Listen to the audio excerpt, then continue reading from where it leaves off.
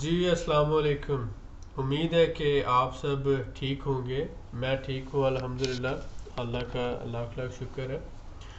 بہت زیادہ مصروفیت کی وجہ سے ہم اپنا فوریکس جس طرح سے پلان کیا تھا اس طرح سے کنٹینیو نہیں رکھ سکے، لیکن اب انشاءاللہ تعالی ہم نے جو ہے یہ ویڈیوز کا سلسلہ شروع کیا ہے اور امید ہے کہ یہ سلسلہ اب ٹوٹے گا نہیں انشاءاللہ۔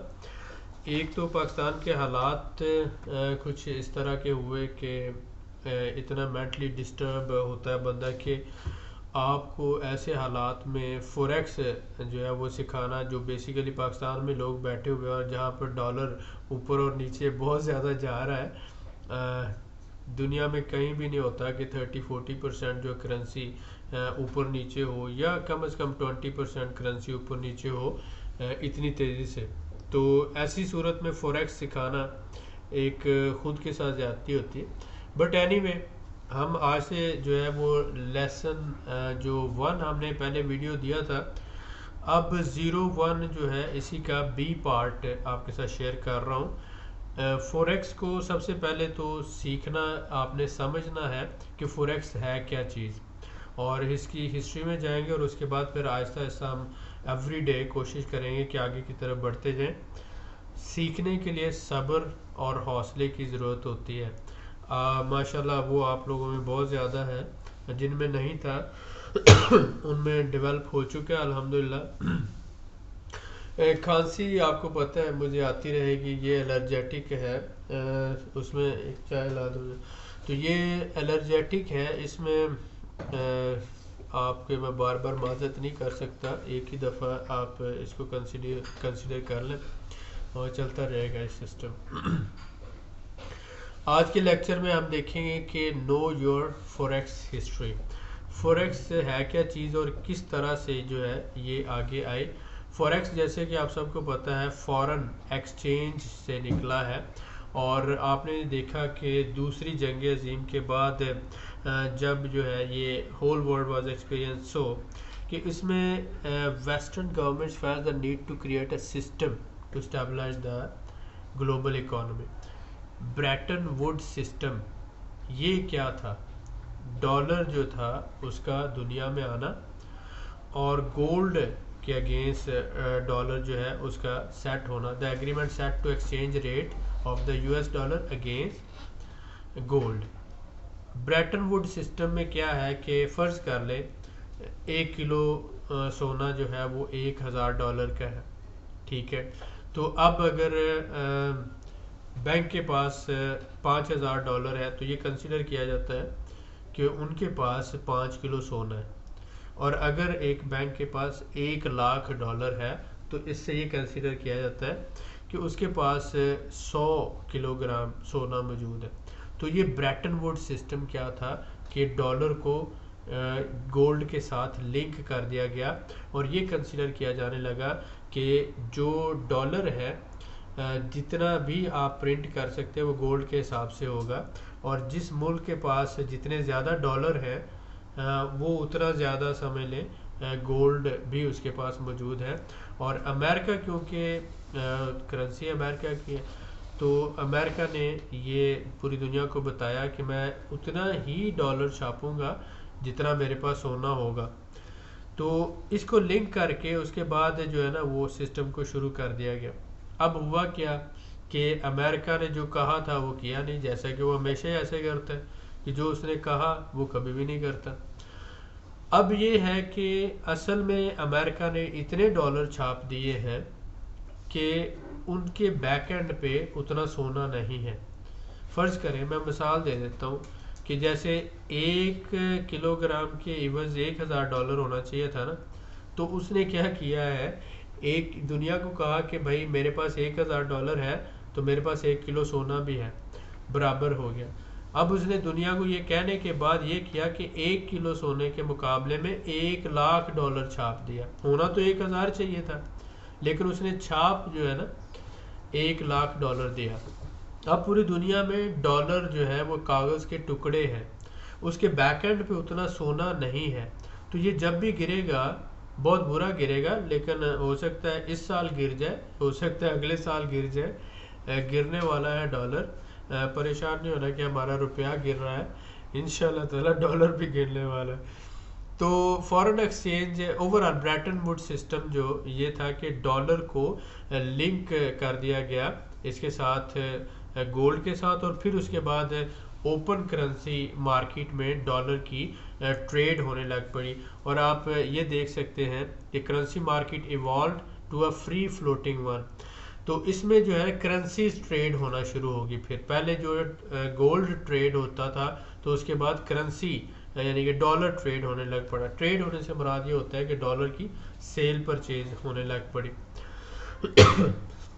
ریٹیل فوریکس بروکرز کیا ہوتے ہیں؟ شروع میں تو آپ نے دیکھا کہ صرف بڑے بڑے اسپیکولیٹرز جو ہوتے ہیں یا بڑے بڑے بینکس آپ کہہ سکتے ہیں یا فائنینشیل انسٹیٹیوشن جو تھے یا کرنسی ایکسچینج کے جو ادارے تھے، صرف وہی ڈالر خرید سکتے تھے یا بیچ سکتے تھے۔ لیکن بعد میں یہ سسٹم ہوا کہ ریٹیل فوریکس بروکر بھی آگے دنیا میں، اور انہوں نے جو ہے وہ چھوٹے پیمانے پر ڈالر جو ہے بیچنا اور خریدنا شروع کر دیے۔ اب بروکرز کی جو ٹائپس میں مارکیٹ میکرز کیا ہوتے ہیں؟ ایسے بروکر جو اس کی سیل اور جو ہے پرچیز پرائس دیتے ہیں کہ بڈ اور آسک پرائسز دیں، اور جو خود پرائسز سیٹ کریں۔ دنیا میں 7 ایسے بڑے بینک ہیں جو پوری دنیا کی مارکیٹس کو یعنی فائنینشیل انسٹیٹیوشنز کو 7 بڑے بینک پوری دنیا میں کنٹرول کرتے ہیں۔ تو لہٰذا آپ یہ سمجھ سکتے ہیں کہ یہ مارکیٹ میکرز جو ہوتے ہیں یہ ڈالر کی سیل اور پرچیز پرائس ڈیسائیڈ کرتے ہیں۔ ECN کیا ہے؟ Electronic communication network. اب یہ ہے کہ ECN جو ہے یہ آپ کو بڈ اور آسک پرائسز دیتا ہے، who use the best bid and ask prices available to them from different institutions on the interbank market۔ اب یہ جو الیکٹرانک کمیونیکیشن نیٹ ورک ہے یہ آپ کو جو بڈ اور آسک پرائسز ملتی ہیں آپ کو ڈسپلے کرتا ہے۔ اب اسی طرح سے آپ آگے چلتے ہیں، اب بڈ اور آسک کا کیا مطلب ہے؟ یہ جو بینکس بائنگ پرائس اس کو بڈ کہہ لیں، اور سیلنگ پرائس جو ہے وہ آسک ہو گیا۔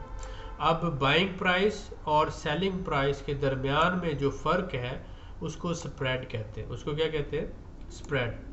اب فار ایگزامپل آپ یہاں پر دیکھ رہے ہیں کہ جو بڈ پرائس ہے یہ 1.2، لیکن اس کے بعد 0.2، اس کے بعد آپ کو پتہ ہے فوریکس میں ہمیشہ 4 ڈیجٹ تک جاتا ہے، تو یہ 2000 پڑھا جا رہا ہے، 2000 اس کو آپ کہہ سکتے ہیں۔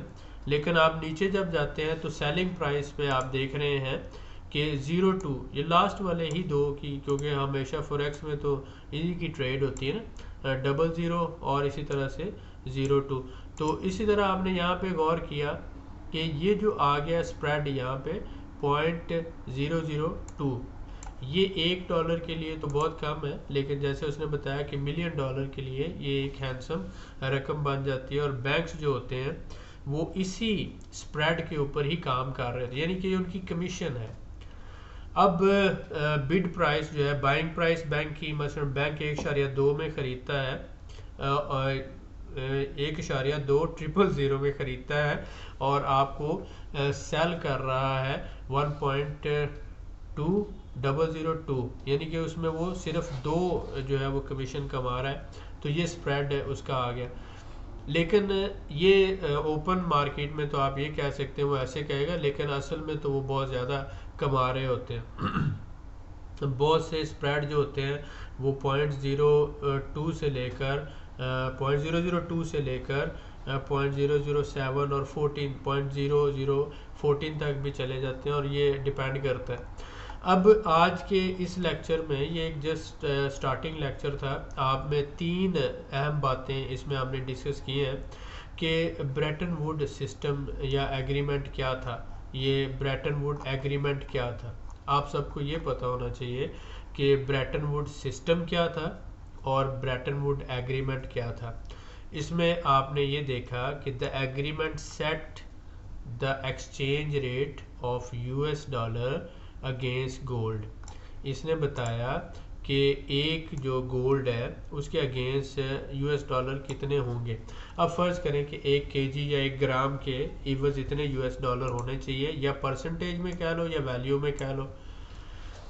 اس سسٹم کے تحت امریکہ کے پاس جتنا گولڈ ہونا چاہیے تھا یا ہونا چاہیے اس حساب سے وہ ڈالر پرنٹ کر سکتا ہے, اس سے زیادہ نہیں کر سکتا. لیکن امریکہ نے اس کو فالو نہیں کیا. اس نے فرض کرو $1000 پرنٹ کرنا تھا, اس کے برابر اس کے پاس گولڈ تھا, تو اس نے 1 لاکھ کر دیا, بلکہ ہو سکتا ہے اب تک 10 لاکھ کر چکا ہو. تو وہ اس وجہ سے ابھی تو مصنوعی طور پر ڈالر کو سپورٹ ملی ہوئی ہے, کیونکہ ڈالر پوری دنیا میں, ایک تو پیٹرو ڈالر اس کو کہا جاتا ہے, پیٹرولیم کنٹریز جو اس کو سپورٹ کر رہے ہیں. پوری دنیا میں جو آئل کی ٹریڈ ہوتی ہے وہ ڈالرز میں ہوتی ہے. اس کے بعد پوری دنیا کی جو ٹریڈ کرنسی ہے, انٹرنیشنل ٹریڈ کرنسی, وہ ڈالر بنا ہوا ہے, یعنی امپورٹ ایکسپورٹ میں ڈالر یوز ہوتا ہے. تو اگر اس کو پیٹرو ڈالر اور پوری دنیا میں جو ٹریڈ ہے وہ ڈالر میں نہ ہو تو اس کی ڈیمانڈ میں کمی ہو جائے گی. جب اس کی ڈیمانڈ میں کمی ہوگی, یہ ڈالر نہیں چاہیے ہوگا, تو پھر جو پوری دنیا میں جن کے پاس ڈالر ہے, مثلا میرے پاس اگر $1 بلین ہے, میں امریکہ کو کہتا ہوں بھائی یہ اپنا $1 بلین لے لو, مجھے اس کے مقابلے میں سونا دے دو, تو امریکن بینکوں کے پاس اتنا سونا نہیں ہے. جب پوری دنیا سے لوگ انہیں ڈالر واپس کریں گے اور ان سے اس ڈالر کے بدلے میں سونا مانگیں گے, تو امریکن سسٹم جو ہے فلاپ کر جائے گا, کیونکہ ان کے پاس اتنا سونا ہے ہی نہیں. لہٰذا ڈالر جو ہے وہ کاغذ کے ٹکڑے بن جائے گا, اور اس طرح سے پوری دنیا میں ایک بہت بڑا ریسیشن اس وقت آنے والا ہے. اب ایک بات تو ہم نے یہ بریٹن ووڈ کی سمجھی. دوسری, مارکیٹ میکرز کیا ہوتے ہیں؟ ایسے بروکرز کہہ سکتے ہیں آپ جو مارکیٹ میں پرائسز سیٹ کرتے ہیں کہ اتنے کا ڈالر بیچنا ہے اور اتنے کا خریدنا ہے. اور الیکٹرانک کمیونیکیشن نیٹ ورک کیا ہوتا ہے؟ یہ ہمیں بہترین جو اویلیبل انٹر بینک ریٹ چل رہے ہوتے ہیں وہ ہمیں بتا رہا ہوتا ہے. تو مارکیٹ میکر مارکیٹ میں ڈالر کی پرائس کو کم یا زیادہ کرتے ہیں. الیکٹرانک کمیونیکیشن نیٹ ورک جو ہوتے ہیں یہ کچھ بھی نہیں کرتے, یہ صرف جو مارکیٹ میں ریٹ چل رہے ہوتے ہیں انہی کو جو ہے نا وہ آپ کو دکھا رہے ہوتے ہیں. لہٰذا ECN بروکرز جو ہوتا ہے ان کو مارکیٹ میں اچھا سمجھا جاتا ہے. یعنی کہ جب آپ ٹریڈ کر رہے ہوتے ہیں تو آپ یہ کہتے ہیں کہ 2 طرح کے بروکرز ہیں, تو ان میں بہتر کون سا ہے؟ مارکیٹ میکرز جو ہوتے ہیں وہ بہت بڑے بروکرز ہوتے ہیں, اور ECN جو بروکر ہوتے ہیں یہ چھوٹے ہوتے ہیں. لیکن ریٹیل ٹریڈر جو ہوتے ہیں, ریٹیل ٹریڈر کی بات کر رہا ہوں, وہ ECN بروکرز کو اچھا بروکر سمجھتے ہیں, کیونکہ انہیں لگتا ہے کہ یہ ان کے ساتھ دھوکہ نہیں کر رہے, یہ جو اچھی پرائس ہے وہی دے رہے ہیں, اور یہ منیمم جو ہے سپریڈ کے اوپر کام کر رہے ہوتے ہیں. تو لہٰذا آپ یہ سمجھ لیں اگر آپ کے پاس 2 بروکر ہوں تو آپ کو ECN بروکر کو پریفر کرنا ہوگا, کیونکہ وہ کم سپریڈ کے اوپر کام کر رہے ہوتے ہیں. ان کا جو سپریڈ ہوتا ہے, سپریڈ آپ سیدھے لفظوں میں آسان زبان میں کمیشن کو کہہ سکتے ہیں, کہ جو کمیشن ہے وہ جس پہ بینک کام کر رہا ہے یا بروکر کام کر رہا ہے وہ سپریڈ ہوگا. اور اسی طرح سے آپ اس کو آگے لے کے چل سکتے ہیں. آج کا یہ شارٹ لیکچر ہم نے آپ کے لیے کیا تاکہ بسم اللہ کی جا سکے. اس کے بعد ہم اسی طرح سے آپ کے ساتھ ڈیلی بیسس پر کوشش کریں گے ہفتے میں 2 یا 3 ویڈیوز ہو جائیں. تو یہ لیکچرز آپ کے ساتھ شیئر کیے ہوئے ہیں. اس میں آپ نے ایک تو بریٹن ووڈ سسٹم کو جیسے میں نے کہا یہ سمجھنا ہے. دوسرا جو ہے مارکیٹ میکر اور الیکٹرانک ECN بروکر جو ہوتے ہیں ان دونوں میں کیا فرق ہے, اور سپریڈ کیا ہوتا ہے, یہ بات آپ کو پتہ ہونا چاہیے. بس یہ 3-4 چیزیں تھیں جو آج کے لیکچر میں آپ کو بتانا چاہ رہا تھا. اس کے بعد ہم انشاءاللہ تعالی آگے کی طرف چلیں گے. تو ملتے ہیں نیکسٹ لیکچر میں.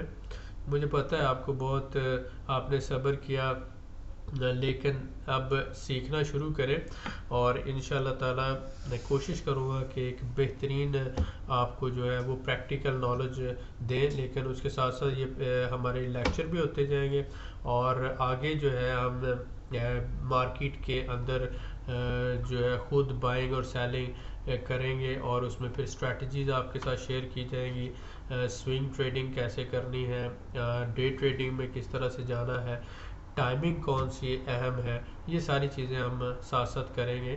تو لہٰذا تھوڑا صبر سے، حوصلے سے سیکھنے پہ دھیان دیں، اور انشاءاللہ تعالیٰ ملتے ہیں نیکسٹ ویڈیو میں۔ آپ سب کا بہت شکریہ، تھینک یو۔